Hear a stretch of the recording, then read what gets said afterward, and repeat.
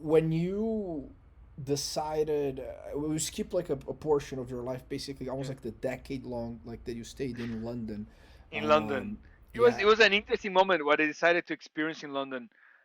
First, getting there and opening the branch, I decided I needed to learn how a company like mine operates on like this market. So actually went there and got a job on a company that was exactly like mine, so I could see the inner workings. And I worked there for a year. I made friends with the founder, became really good close friends. I explained to him that I had a similar company in Brazil that could outsource a lot of his business, development business, back to Brazil. He would make money, I would make money. And it was cool. I still a close friend. We Then I went to start to find other Brazilian companies that could expand in US.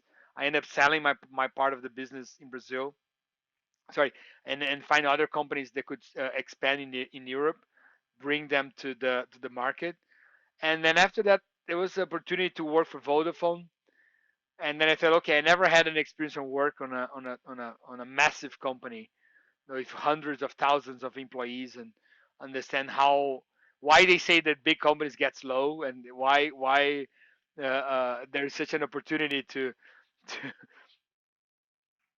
Yeah. Well, it's in a way. Well, it was fun time working for Vodafone, but in some ways, it was this curiosity. How does it feel to feel that you have these unlimited resources to do stuff, but also that you have to ask permission to do anything? So, although you have massive budgets, you feel that you have to do like baby steps, and then everything gets charged so much more. Like I want to hire a designer to do like a quick prototype of a telephone system, and then but you have to choose from the list of approved vendors on our, and then okay, who is the approved vendors? Oh, you have one that is like Sapien Nitro, and they charge you like $1,000 an hour to do the design, and it was like $1,000 is what I would get designers back home to do the whole project for a month, and those guys are charging like $1,000 an hour. So what is the budget like? Like $300,000 just to do the mock-ups. It was like fuck. This is what I thought the whole. So there was this learning where you understand why big corporations become slow and everything like started to be so expensive, and so it was also a very good learning moment. I stayed at Vodafone for almost 2 years. One, because the payment was really good, and then I made a lot of money while working for Vodafone, uh, getting like thousands of dollars. I was a consultant, so I wasn't like a full time. I was a full time working there, but as a consultant, and was making like, for me at that point it was a lot of like really a lot of money, making $1,200 a day That's for great. working there. So it was good. It was like good Oh days. yeah, for sure. When you were uh, making that type of money, did something change in your lifestyle, or what were you doing with it the first? well, I was still living on the same place.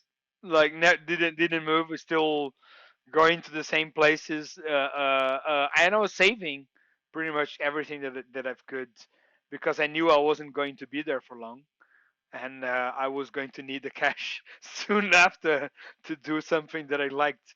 So I didn't have a car before, and I didn't have a car later, and I've lived on the same flat, and I was subletting all the other rooms, and I was still subletting all the other rooms. So nothing nothing really changed. I Oh, just no. felt the only thing was that I felt more.